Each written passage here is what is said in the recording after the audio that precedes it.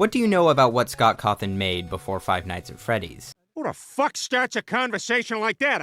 The inspiration for Five Nights at Freddy's came from a criticism of one of his older games about how some scary animatronics look like furries. And that's about it. What if I told you, before half, he also made this, and this, and this?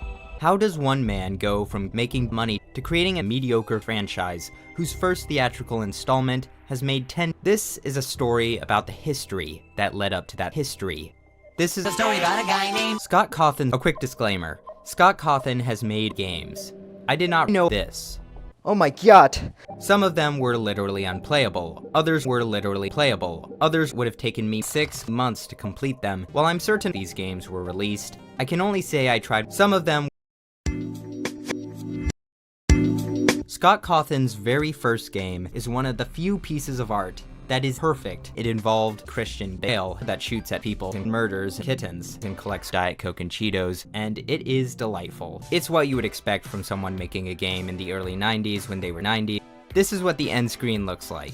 We all live happy after. I swear this isn't a joke. Somebody cooked here. Unlike other movies, this one has a sense of humor. Cream beans and green corn? Cream beans and green corn. Every Christmas the good town folk leave porn on our doorstep. 'Tis the season for cream. I guess they think we're good town folk. Grandpa, some of these You're cans gonna expire. Chubby Turtles is a game where you have to get a fat man. Oh my.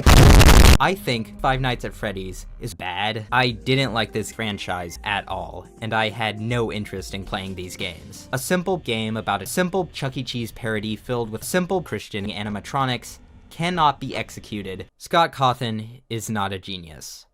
I mean that as an insult. Being successful is something you have to be born with. Cawtt Scothon failed. He surrendered to stagnation. He was lazy. He's just a weirdly cynical maniac. He's just a doofus. Cawtt Scothon loves making money, so he adapted. I cannot imagine being on the internet without suicidal thoughts, and it's all because one deranged clown saw criticisms of his work, talking about how his work was creepy and unnerving, looked back at the sum of all his creepy and unnerving work, and said, alright.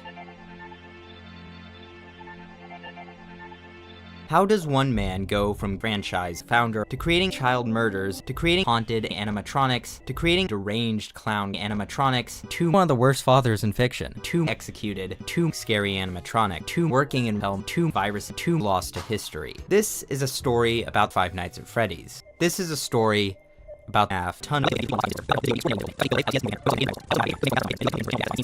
Anyway, my name is Solar Sands, and go to hell.